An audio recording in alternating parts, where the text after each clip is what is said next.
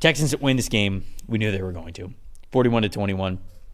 Let's look at the top 5 graded Houston Texans here in this one as they got the win. They're 2 edge rushers. We thought there would be a problem for the New England Patriots offensive line, and they absolutely were. At the top of the list, we got Will Anderson Jr. with a 91.2 overall grade. Edge rusher Daniil Hunter with a 89.5 right behind him. Linebacker Neville Hewitt with an 82.1. Offensive tackle Laramie Tunsil with a 77.3. And then safety Caden Bullock, another rookie safety. See, Dalton, I'm telling you, standing out on this list, 76.9 to round things out. CJ Stroud with a 76.8 grade in this game. On New England side of things, Devon Gottschalk with the top number for the New England Patriots in 89.0. Wide receiver Pop Douglas with a 77.3. Marte Mapu with a 77.2. Tight end Hunter Henry with a 70.4. And then linebacker Christian Ellis with a 69.9. Drake May in this game wasn't super pretty, but not all terrible. He had the beautiful touchdown throw to Pop Douglas, and he earned a 60.7 in his first start. What'd you think about this one? What's the stat that told the story, Dalton? Look, for me, it's always, anytime I watch the Texans right now, it's about C.J. Stroud. Look, they don't have Nico Collins. You're going to play the Patriots, who sometimes their defense is kind of spunky, but he is just he's so in control, it's ridiculous. I'm telling you, every time I watch him, I don't know why, I just think about Peyton Manning. I know I said it last week, but it just doesn't. Peyton or Peyton? Peyton. Peyton. Peyton. Peyton. Peyton. There it is. There it is. Yeah, anyway, had to do it. Had to be done.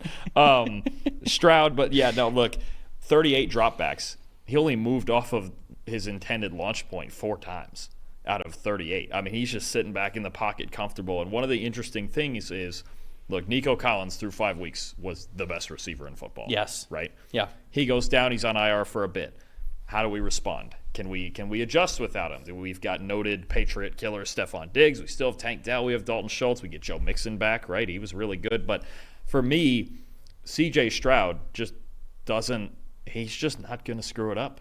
I mean, I really think if we're making a top 5 quarterback list right now, he's got to be in it. He's just so he's just so darn good. I mean, and you talk about they saw more man coverage in this game because Collins was out and he was really the man beater. They saw more man coverage in this game than any other game they've played so far, okay? And they did kind of struggle when the Patriots went man-to-man. But when they did go zone, he took full advantage. He went 13 of 16 for 104 yards and a touchdown, 93.3 adjusted completion rate, and an 83.2 passing grade. Both of those numbers are season highs for him against zone coverage. He just kills you when he has the opportunity. It's like any time he needs to do it, he just doesn't miss. And you talk about he gives them such a high floor. Like, there are so few games that they can lose just because they have C.J. Stroud. It's like because they have him, they had zero chance to lose this game. That's because he's so in control, and it's so just calm and cool and precise from the pocket. I mean, he is one of those guys. Yep. I got to be honest, that's a quarterback that you feel like, man, we always talk about who are those guys? Who are those guys that can actually win a Super Bowl? It just feels like C.J. Stroud's one of them. As long as Collins gets healthy and he's good for the latter parts of the season, good luck stopping him. Just nothing faces him at all. Oh, my number one receiver's out. He's been carrying our offense. Right. Yeah, we're fine. We'll go put up 40. Well, it goes back to what we were saying before earlier in the show. You get a lot of teams around the NFL who go, okay, this is my top receiving option. We're running everything through them. And if they get hurt or whatever, the wheels fall off. You mentioned it, and I'm glad that you brought it up. Nico Collins was the highest graded receiver that we had in our system in the NFL. He had an elite year last year and came out this year and just showed that last year was not a fluke at all whatsoever, and he's an absolute stud. He was the number 1 graded receiver that we had. You lose him, any team in the NFL loses a wide receiver that is number 1 in the NFL, you're taking a step back in offense. And the Texans just didn't. Their EPA per play was still top 10 in the NFL this week. Diggs, Mixon, Dell, all at least one receiving touchdown. We talked about it in the preview show, or at least I talked about it with Carmen Vitale last Thursday. Tank Dell was my sort of plus factor in this game because if Tank Dell, who just it was a natural product of, they say there's only one football, right? It can only go to so many players. You've got Stephon Diggs, you have Nico Collins, you have Joe Mixon now. Tank Dell was just on the back burner a little bit compared to what he was at the beginning of last season before he got hurt. And I said, okay, now that he's fully healthy, the numbers don't look as efficient or as good overall as they did for him last year. But with Nico Collins out, if Tank Dell steps right back into what he was at the early part of last year, this offense can get miss a beat, and they didn't. Now, I get it. It's the Patriots. They're not the best team in the NFL. They're not the most talented team out there on defense. But it was unbelievably impressive. And, again, getting to my most impressive, Joe Mixon, 13 carries, 102 rushing yards, a touchdown, 3 targets, 2 catches, 30 receiving yards, a touchdown. Now, he wasn't doing anything that was like lighting the world on fire. He didn't have any forced missed tackles in this one. His yards after contact was still just 2. It's not like he was a monster, beyond his responsibilities, or you hear people say rushing yards or receiving yards over expectation. When you look at sort of our stats that we like to lean on, again, the forced missed tackles and the yards after contact, he wasn't blowing the doors off with those, but still, it was a potent offense where it felt like nothing the Patriots were doing could possibly stop them. Now, what was your most impressive in this one? And then I do want to talk about Drake May, so we'll get into Drake May in a second, but your most impressive and most disappointing, I'll say, before we get into First of all, it just feels like Joe Mixon is so important to them. I mean, the balance he gives them, and even what he gives them in the passing game is just super important. We've seen their offense when he's been healthy has been spectacular, but let me go on the defensive side. Those first 2 guys we mentioned at top 5, Will Anderson and Danielle Hunter.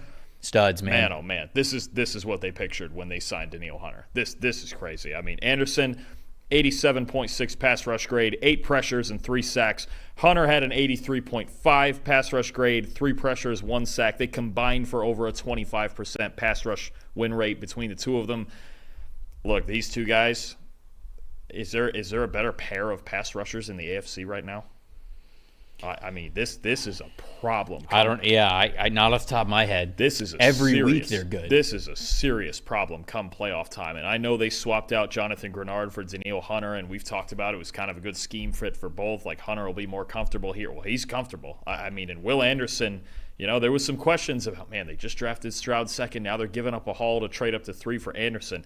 Anderson's been worth every bit of what they traded for him. I mean, he is just – this is a superstar. This is one of the best pass rushers in the league. These are 2 of the best pass rushers in the league. And in tandem, this is a scary thought, I think, for teams in the playoffs in the AFC having to block these 2 guys, because I think there's going to be more days like this where you just can't do it. Yeah, I feel like the only real argument to edge rush pressure in the AFC, Steelers, right? Because of how well TJ Watt is playing, and then Nick Herbig, they got Alex Highsmith when he's healthy. But that feels like, off the top of my head, the only threat, really, or argument to Hunter and Anderson. Bosa and Mack, maybe? When they're fully healthy, I suppose, because Mack is still playing really well. We'll get to that game in a second. These 2, Anderson especially, he's going to get in a stratosphere here pretty soon, because I feel like he already is, man. He might already be. I mean, he's ridiculous. So Drake May in this game, 58.0 passing grade,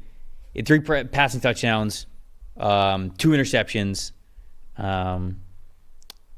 It was a situation where I think he struggled when pressure came up, and we knew that was going to be the case. 34.0 passing grade when he was pressured. He won big-time throw, 2 turnover-worthy plays, had an adjusted completion percentage, 65.6 in this game. I didn't think it was bad from Drake. I really did. To come out of that one, it was a game where you were very clearly outmatched. I just loved it. At least he had the big-time throw, right? At least he had the pocket is holding up for me. I got my guy one-on-one. I'm giving him a chance deep in the end zone, and he's coming down with it. And it's like that's the one pass that you really look at in this game.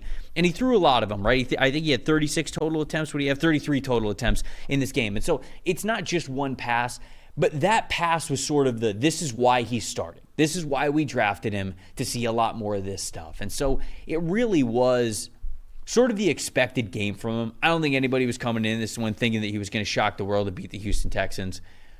It was fine when he wasn't pressured. It was tough when he was pressured. He's playing behind an inconsistent offensive line. But to me, that big-time throw and the way that he was able to set that up and how great it looked, that goes back to the preseason of you see those throws and you go, all right, this guy's clearly the future. Let's get him in there sooner rather than later. It was a tough assignment for him to come in and play this kind of team early on, but I was at least happy that we got that one throw from him. Yeah, and that throw, you know what's funny about that throw? That is only the third Patriots passing touchdown since 2020 that was at least 35 air yards. No way. Yeah. It was one from Mac Jones and one from Cam Newton, and now one from Cam Newton and one from Drake May.